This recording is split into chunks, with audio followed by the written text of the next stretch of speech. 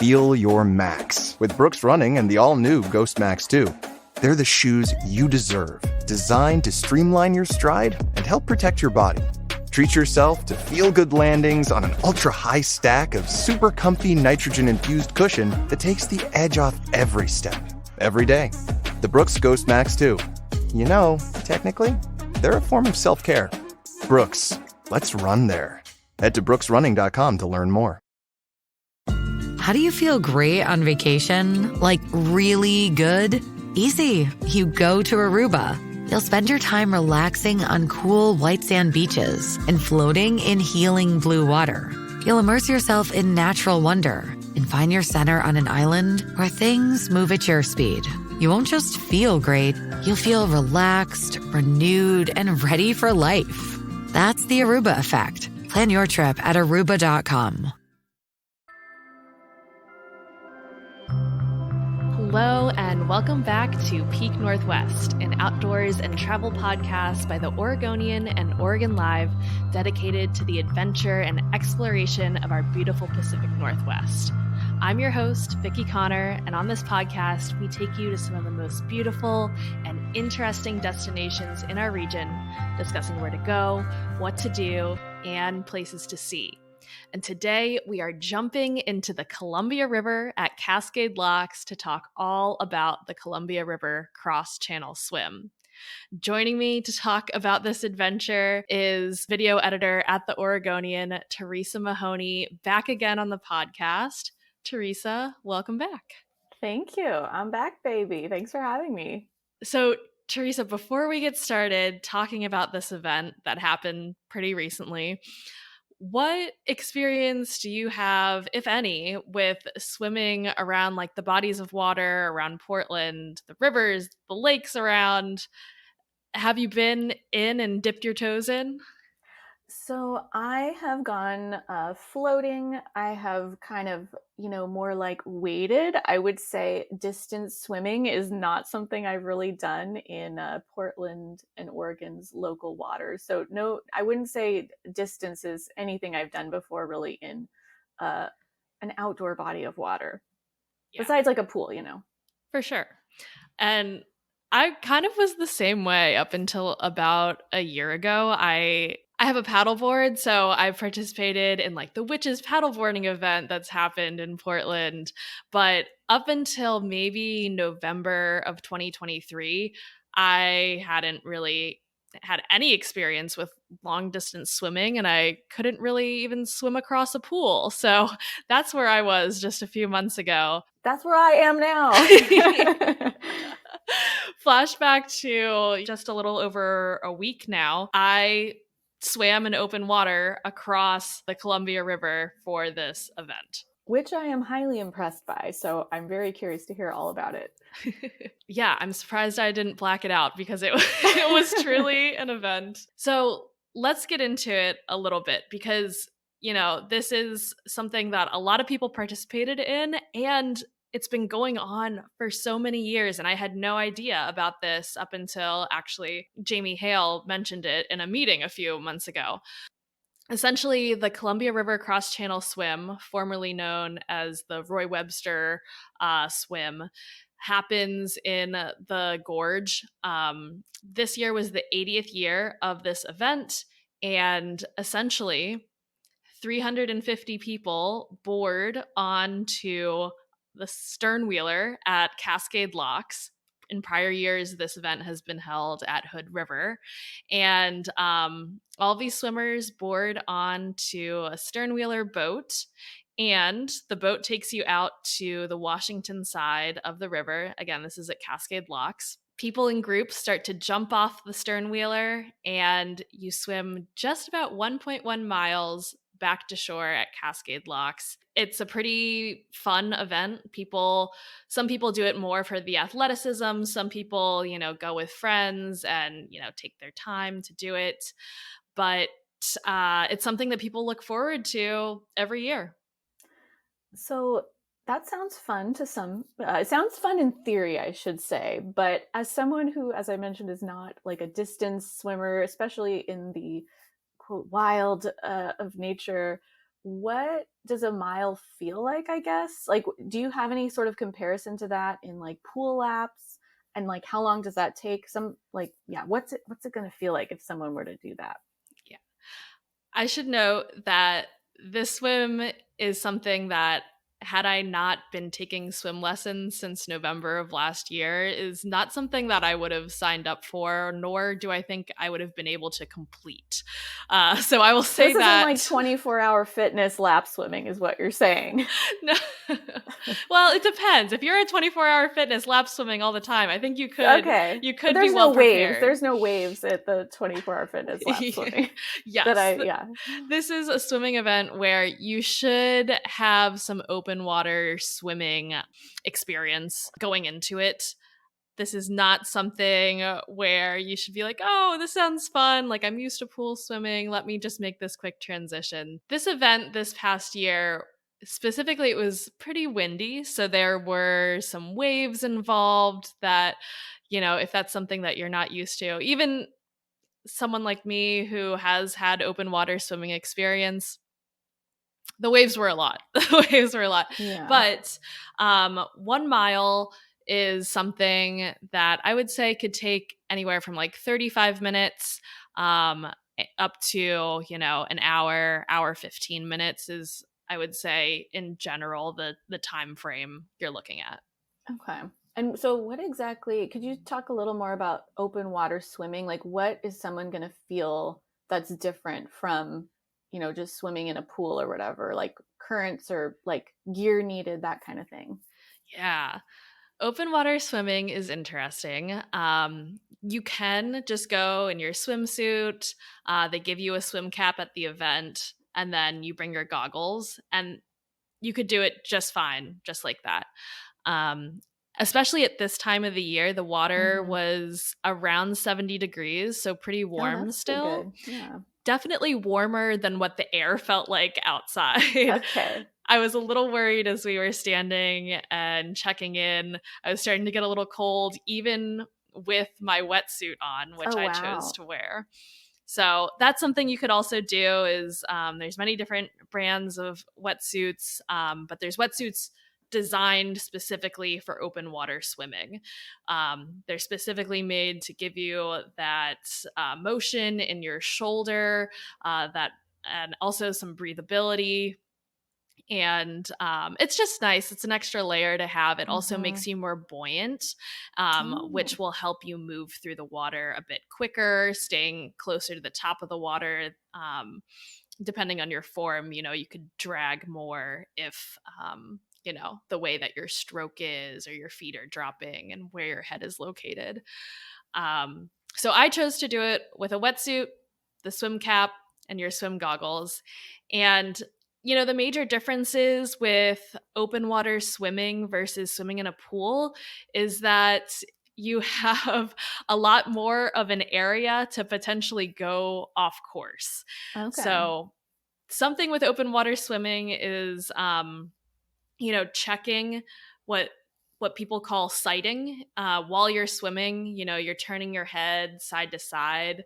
If you think of the Olympics and you're watching those athletes and they're moving so swiftly through the water and gracefully and turning their head, and it all looks like one motion.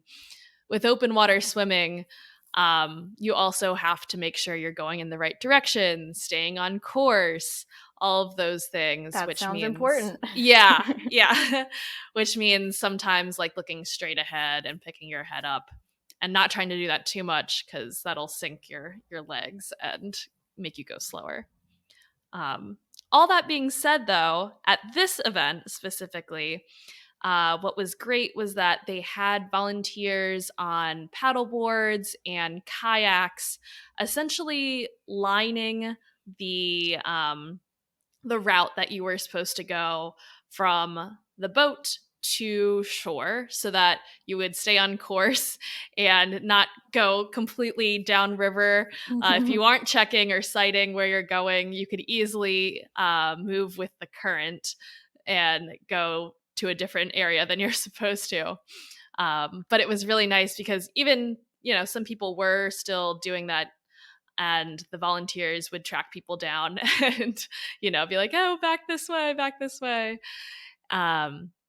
Also, what was great was that the current was helpful in this situation. Even though that there were waves because of the wind, ultimately the current was helping guide people to shore, which I have swam in different bodies of water, just like lakes, and I felt a noticeable difference that the current was helpful here. Okay, well, that sounds helpful. And so were there like lanes with ropes and buoys, that kind of thing? Or was it more like, let's just approximately stay between these safety kayaks and whatnot that were on the side?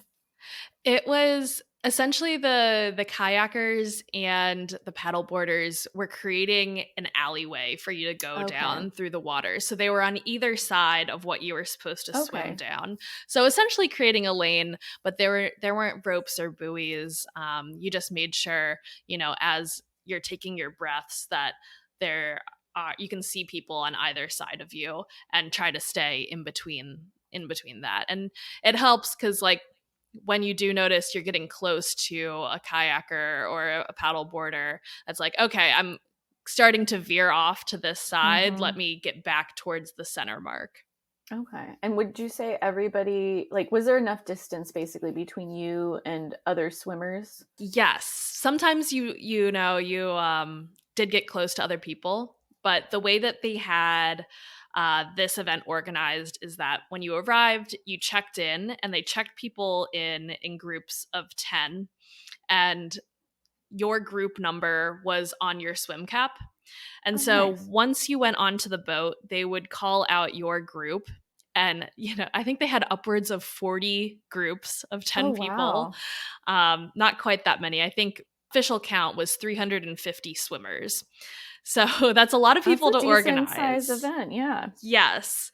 So they would have a microphone. They were calling out people to come down to the outside of the boat where you would jump on the first floor, because the sternwheeler is 3 stories tall. And so you would go down to that loading area, or they would literally say, like, okay, I was group 10. Group 10 is Mm-hmm. on deck, and they'd be waiting inside, and then you'd step out with your group. And the groups of 10 would be split. So 5 people would jump off, and then the next 5 would jump off after you. So I was there with 4 other people right on the edge of the deck, and they essentially will count you down, and then Okay. you jump right into jump right into the river.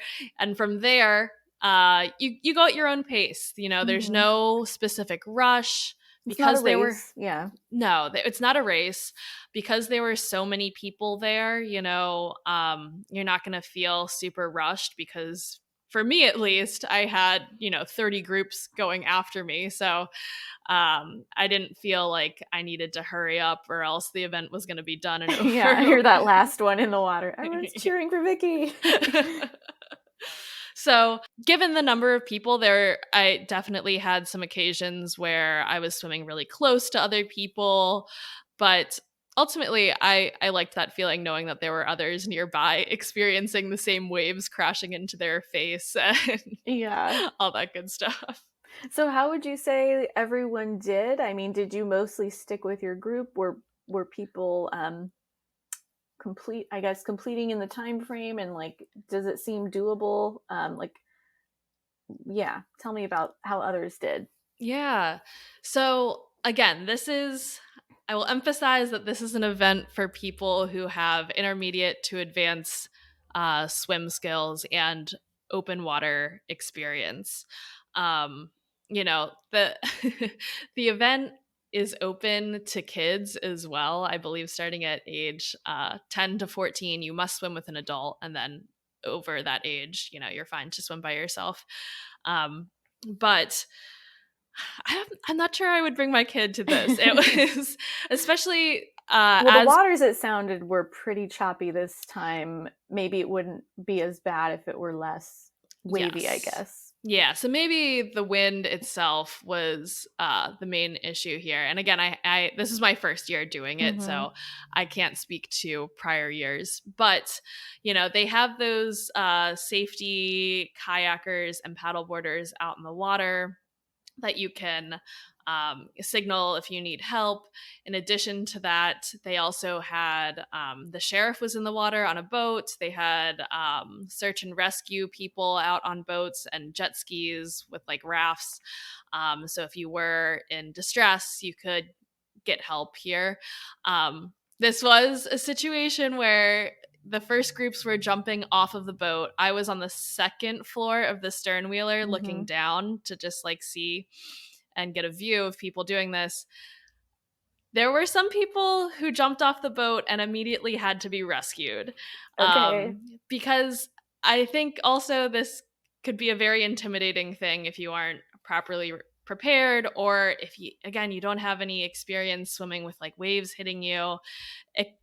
Leading up to it, you could feel nervous as well. So all those factors, I'm sure, were a part of people's experience during this. Right. So some people kind of got rescued / noped out of it and were just like, oh, but yeah, not for me. Okay. And that's good they have that option, you know, that there are people there ready for that situation. Exactly. So whether you immediately jumped in the water and wanted to come right back, that you could do that. And then also if you were in the middle of the swim and you start thinking, hey, I can't make it back to shore, you could also be picked up by safety patrol, essentially. Okay. And so people who, let's say, want to do this next year, what do they need to know? I think you mentioned there was like a registration. Like, do you have to do that far ahead of time? I mean, it sounds like it's a large event, so I don't know if it fills up. Yes. So this year, I do believe it officially sold out a few days before the event. And you do have to register ahead of time, just because there are a lot of logistics that go into this. So you can register. Their website is columbiariverswim.com. It is a little expensive. It's about $100 to register, but seeing all of the safety paddlers and, you know, I'm sure there's permits involved and getting the sheriff there and everything, $100 for my safety. Yeah, yes. Priceless. Yeah. And yeah, it seems like it will continue on. I know leading up to this year, there were some issues as far as ownership of the sternwheeler boat itself. So I think I was reading some past articles saying that, like, you know, the future of the event was essentially in limbo because of the ownership of the sternwheeler. But interesting. From my understanding, this event will continue on happening in Cascade Locks. I think I will plan on going to the 81st annual Columbia River Cross Channel Swim. Oh my gosh, amazing. Well, you've done it now. You're a pro. Maybe the fact that I was you when you first started, maybe I can be you next year where you're at now. You know? I have time totally a whole year. Yes. Also, I do want to talk about that though, because swimming is such a great exercise and activity, and I've found that there are some really great options in Portland. If you are an adult who wants to learn to either just swim laps, or if you have a desire to swim in open water, there are a lot of great outlets here in Portland to do that and feel safe while doing it. I started taking adult swim lessons because Which I love that. Yes. November of 2023, that's when I started taking these adult swim lessons through a coach. The program is called Get In and Swim, and you can come at any level, having zero experience, as long as you can tread water and swim just across the length of a 25-meter pool. You can start taking swim lessons, no matter how ugly your form is, because mine was really ugly. Yeah. And that's something that helped me through drills and just understanding how to breathe and move smoothly through the water. And I've been taking those swim lessons multiple times a week since then. And, you know, it really, the learning curve is steep, but once you're there, you know, it feels great to move through the water and have such a low impact exercise activity that you can participate in. I love that. And I think, you know, maybe this is just me, but you kind of think, oh, swim lessons, that's for kids. But I love that there's lessons for adults, because like I don't think I'm swimming right. I always get water up my nose, and like swimming crooked and all of that. So I feel like there's a ton I can still learn. And I feel like, when you think about longevity and living to be 100, like I feel like all the stories, or several of the stories we've done about people who become centenarians, they are swimmers. And so I'm like, well, if I want to live to the triple digits, maybe swimming is what I need to get into. So, and to be able to do the cross channel swim. Totally. I am such a supporter of picking up new hobbies as an adult. Yeah. That it kind of makes your brain work in a different way. It brings out that inner child, and yeah, it's just a lot of fun. And to be in a supportive environment, this get in and swim, these lessons that I've been taking, it never felt like as a kid, there feels like more pressure when you're learning how to swim as a kid. You're an adult, Yeah. you're like, whatever. You got No, nothing to lose. It's all nothing to uphill. lose. Yeah. And then I also want to give a shout out to River Huggers, which is a swim group here in Portland that takes place over the summer when the weather is nice. And it's a group that operates through Human Access Project. And they're all about promoting the safety of swimming in the Willamette. And I know before anyone listening has their guttural reaction about swimming in the Willamette. Oh, the Willamette, gross. Yes, Yeah. yes. I can tell you that it is very clean. And I've swam with this group, countless number of times now this summer. And essentially, you start right under the Hawthorne Bridge. And after getting a safety briefing, there are 2 different routes. You swim a little bit less than the distance of the Columbia River cross channel swim, anywhere on weekdays between 1,500 yards, and then on weekends, I believe just under a mile. But this group is great because it's another thing where they have guiding paddlers alongside of you, and they look to make sure there's no boats coming towards the group. They are also there for you if you're in distress and you need help, So it's a great way to swim and get that experience and feel safe while doing it. And is that something free, or do you pay a fee to sign up to do that? Do you need to have a little experience, or is this something you'd recommend for someone who wants to kind of like give like river swimming a go? This is something that after I got to a certain point in my pool swimming, that you graduated to this. Exactly. Okay. What's great is that you can also use flippers, even in this cross-channel swim, or swimming in River Huggers, and that is an immense help with moving through the water. Because again, depending on where the current is and where it's taking you, you might need a little extra boost, and the flippers are what will do it for you. Awesome. And this is $5 per swim for joining River Huggers. Yeah. The only thing you'll need for this, and something that was optional for the Columbia River cross channel swim, is a buoy that you bring with you. And it's usually a very vibrant fluorescent color. It keeps track of you, and it ties around, or it connects around your waist. One thing to note is that I do think a lot of people traveled for the cross-channel swim. So things to note if you are in the area and wanting to participate in this, and maybe you're staying in the gorge or at Cascade Locks, gotta recommend some food options while you are there. Yes, that's a great. I don't know if that was a segue for you or for me, but I do have a recommendation. So the Brigham Fish Market is excellent. It's a native-owned and run fish market. It's run by 2 sisters, which I think is so cool. And they catch the fish themselves, and so you can order stuff kind of like at a deli where you can get it packed and cook yourself at home, or you can order the things that they prepare there. So they have like some awesome ceviche, smoked salmon quesadillas, po' boys. And then there's this thing that it's very decadent and delicious. It's a smothered ciabatta with like kind of drizzled and loaded with salmon chowder, smoked salmon and cheese. And everything I've tried there has been so delicious. And what's cool is they have some outdoor seating options. So you get cool views of the Bridge of the Gods and the river right there, but they also have indoor seating if weather's kind of yucky. But yeah, so highly recommend that spot. I don't know if you have other places in the area, but that one's excellent. I concur. That spot is so good. The fish and chips that I've had there. Mm-hmm. I believe last time I was there, it was after a long bike ride in the area, in the gorge. And there was nothing like just rolling up, sitting outside, having those great views, and absolutely destroying some fish and chips. Mm-hmm. My choice after finishing this swim was the Eastwind Drive-In. Oh, yeah. That's another good one.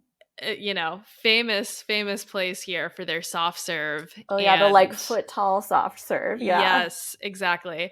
I was very hungry after this swim. And it was one of those things where like the swim, we had to get there at between 6 and 7 a.m. for check-in. And then the swim started around 8. And then we wrapped up around like 11 or so. And it was one of those time periods where you're like, is it too early to eat ice cream? Never. The answer is never. Never. So got it. I think I chose a chocolate strawberry mixed milkshake. And then I got a salmon burger there. Oh, nice. And it was absolutely delicious after that long swim. Anything else in the area, Teresa, that you recommend while in Cascade Locks?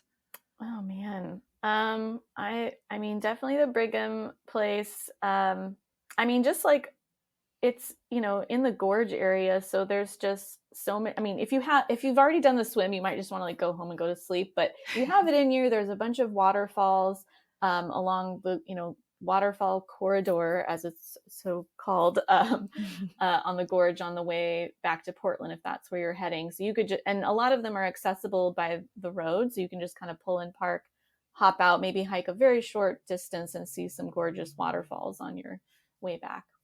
Yes, I highly recommend that as well. I think, you know, if you're going back to Portland, obviously you're going to pass Multnomah Falls. So that is a great option. Yep. If you've traveled from somewhere else, even further away, and you haven't been to Multnomah Falls, then got to check it out. Well, I think that will do it for this week. Teresa, thank you so much for coming back on the pod.